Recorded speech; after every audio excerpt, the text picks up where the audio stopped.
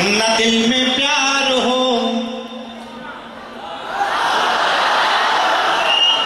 तो आशनाई हो नहीं सकती, न दिल में प्यार हो तो आशनाई हो नहीं सकती, कभी सच्ची मोहब्बत में जुदाई हो नहीं सकती। और जरा अगले अपने कोर्स की बात सुनाने आ जाए तो एक बार फिर से इस कवि सम्मेलन को वहां से जोड़ने की कोशिश करना जहां से इस कवि सम्मेलन की यात्रा प्रारंभ हुई थी कि न दिल में प्यार हो तो आशनाई हो नहीं सकती, कभी सच्ची मोहब्बत में जुदाई हो नहीं सकती, भले कोई कसम भर लो भले कोई जतन कर लो, भले कोई कसम भर लो भले कोई जतन कर लो, इश्क के फेर में पढ़कर पढ़ाई हो नहीं सकती।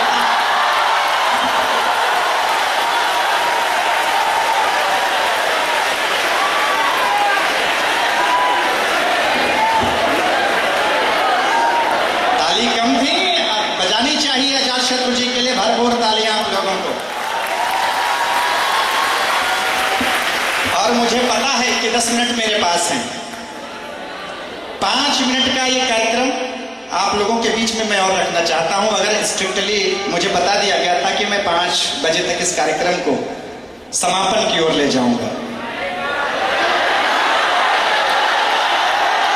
तो क्या यार बसें निकल जाएंगी? अरे नुकसान हो जाएगा यार, हम लोग सब यहीं रह जाएंगे। अब ये लोग फिर कैसे जाएंगे हम लोग?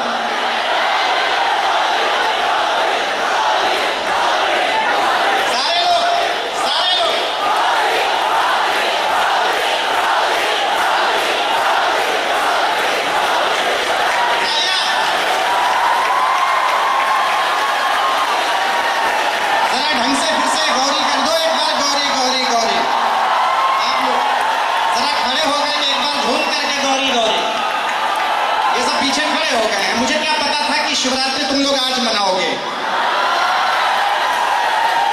निशानेबाज की छोड़ो निशाना झूम जाएगा, यहाँ हर एक मस्ताना दीवाना झूम जाएगा। और अगली 2 लाइनें सुन लेना दोस्तों, तो फिर से गौरी गौरी करने लगना। निशानेबाज की छोड़ो निशाना झूम जाएगा, यहाँ हर एक मस्ताना दीवाना झूम जाएगा। नजर की दास्तानों के नजारे ये बताते हैं, तुम्हारी झलक पाकर जमाना झूम जाएगा।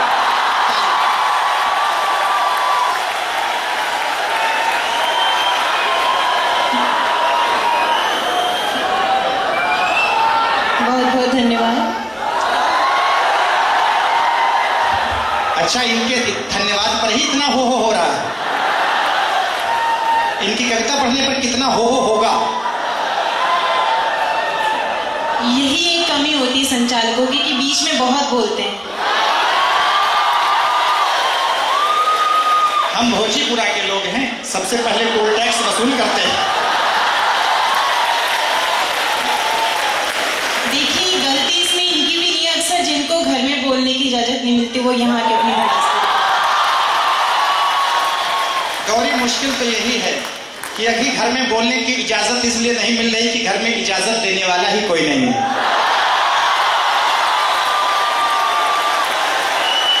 और ये इजाजत मिलने का क्रम बन सकता है कि अगर आपका मन बन जाए तो।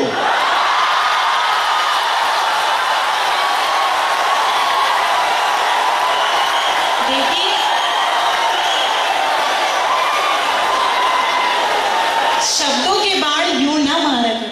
देखिए ऐसा है गौरी, शब्दों के बाण मार तो कुछ नहीं मार रहा हूं। यहाँ पर अकेला जी ऑर्डिनेंस फैक्ट्री से बैठे थे और वैसे परिवार के भी बहुत सारे लोग बैठे हुए हैं, माहौल बन सकता है। अगर आप लोग इजाजत दें तो मैं इनका जवाब दे दूं।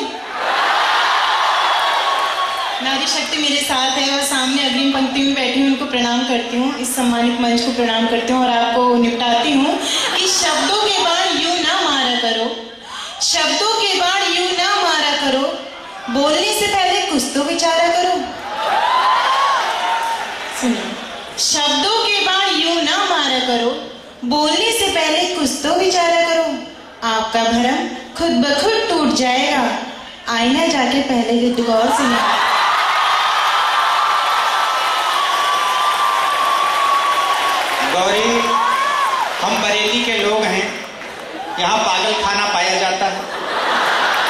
आधे पगले तो वैसे ही होते हैं, बहुत कुछ नहीं बातें करते हैं। शब्द जुबां पर लाकर दिल का राज न सब पर खोलो। अब जरा सा फिर से उठाना वैसा माहौल, शब्द जुबां पर लाकर अपना राज न सब पर खोलो। हम आंखों से सुन सकते हैं, तुम नजरों से बोलो।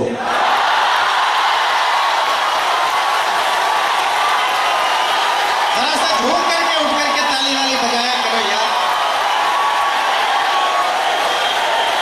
मैं बता दूं आप सभी को कि साखी बनी तो पैमाने बने, साखी बनी तो पैमाने बने, ये महफिलें बनी तो मैखाने बने। कुछ तो बात जरूर होगी डॉक्टर राहुल जी आपकी शायरी में, यूं ही नहीं पागल खाने बने।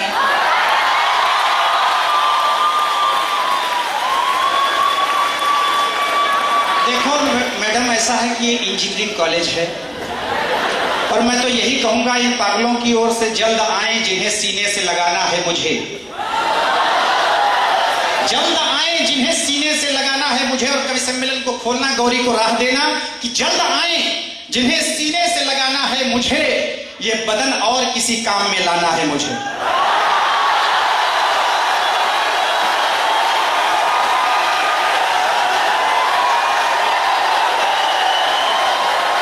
देखो जवाब दे दूं इनका, आप लोग बताइए। ठीक है, तो सुनिएगा। नोट सभी असली नहीं होते, कुछ जाली होते हैं। नोट सभी असली नहीं होते, कुछ जाली होते हैं। कुछ लोग अक्ल से पैदल, दिमाग से खाली होते हैं। और जो छेड़ते हैं किसी महिला को सरेआम, वो आदमी सज्जन नहीं मवाली होते हैं।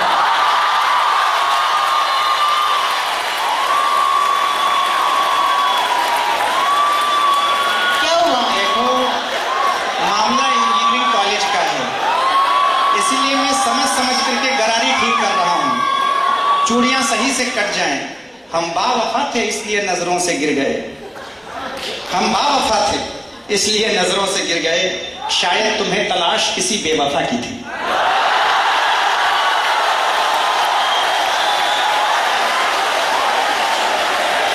जवाब दे दूं? देखिए, आप अपनी उम्र का लिहाज कीजिए। आपको बताती हूँ कि जब जवानी कोई मचलती है, जब जवानी कोई मचलती है, जान बुढ़ों की बहुत जलती है। जब जवानी कोई मचलती है, जान बुढ़ों की बहुत जलती है। और बात करते हैं मोहब्बत की, वो जिनकी गर्दन तक नहीं समझती है।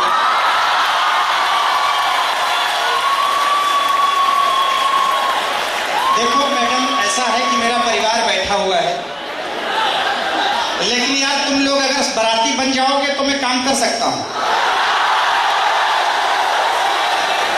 और कुछ पता नहीं है कि इस जवाबी कव्वाली में कब क्या हो जाए। मेरी माँ के बराबर रजनी मैडम बैठी हैं, वो कुछ कह बैठी, हाँ कर बैठी तो मामला बिगड़ जाएगा। फड़कता है चिरागे शहरी जब खामोश होता है। और इस बार जरा सा हॉल को पूरा तालियों से भर देना खड़े होकर के। वैसे बुढ़े हम नहीं हैं, हम तो उत्तराखंड के पड़ोसी हैं, उत्तर प्रदेश वाले, एनडी तिवारी के पड़ोस वाले लोग। सामने से आवाज आ रही है, राहुल तुम संघर्ष फड़कता है चिरागे शहरी जब खामोश होता है। गौरी, फड़कता है चिरागे शहरी जब खामोश होता है। बुढ़ापे में जवानी से भी ज्यादा जोश होता है।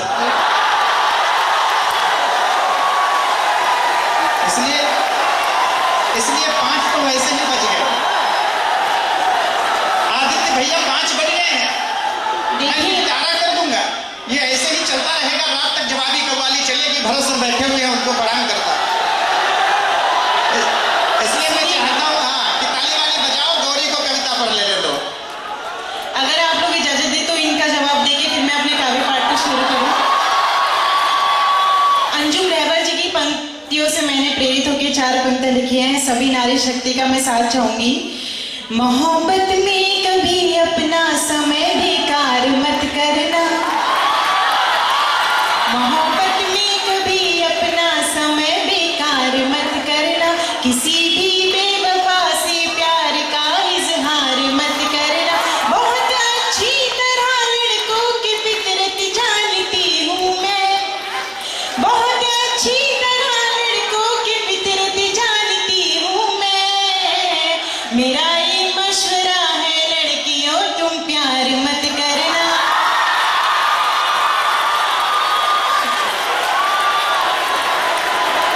देखिए 5 तो बज गया है, लेकिन लड़कियों ये भी समझ लो कि ये जो कह रही हैं, लड़के भी ऐसे मूर्ख नहीं होते हैं।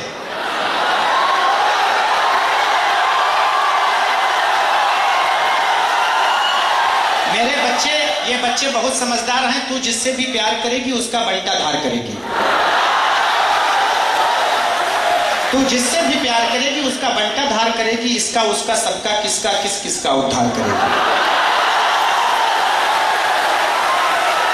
इसलिए गौरी उत्तराखंड से आई हो, बरेली को अपना ठिकाना मान करके यहाँ से काव्य पाठ का प्रारंभ कर दिया जाए। देखिए डर गए इसलिए अब मुझे काव्य पाठ के लिए कह रहे हैं। चलिए आपसे बाद में निपटूंगी मैं, क्योंकि नारी शक्ति हमेशा ही जिंदाबाद रहती है, जिंदाबाद थी और जिंदाबाद रहेगी। मैं आपको बता दूं कि दिल दूंगी किसी एक को, वो भी किसी नेक को।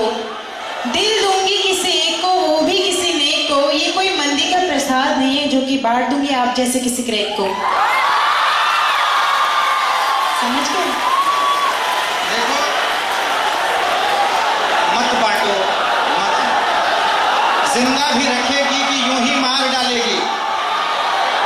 मेरे दोस्तों, SRMS के लोगों, ये प्रसाद नहीं बांटी, कोई बात नहीं। जिंदा भी रखेगी कि यूं ही मार डालेगी, कितनों को अपने ट्रैक से उतार डालेगी। सुन लेना जरा, फिर उसके बाद माहौल बनाना कि जिंदा भी रखेगी कि यूं ही मार डालेगी, कितनों को अपने ट्रैक से उतार डालेगी। थोड़ा सा प्यार मांगा था वो भी नहीं दिया, रख ले तो अपना प्यार के आचार डालेगी।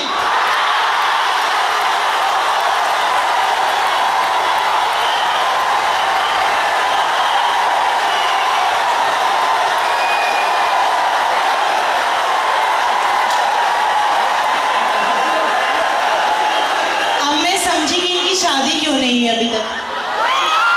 इसीलिए नहीं हो रही है कि इसकी सम्मेलन ही नहीं हुआ। नहीं, भगवान ने सही कर रखा है। अब ये कवि सम्मेलन हो गया है, हो जाएगी। देखिए, बोलो सांचे दरबार की, बोलो गौरी मैया की। कवि सम्मेलन शुरू। माँ बनाना पड़ गया इन्हें, देखिए कितना डर गए।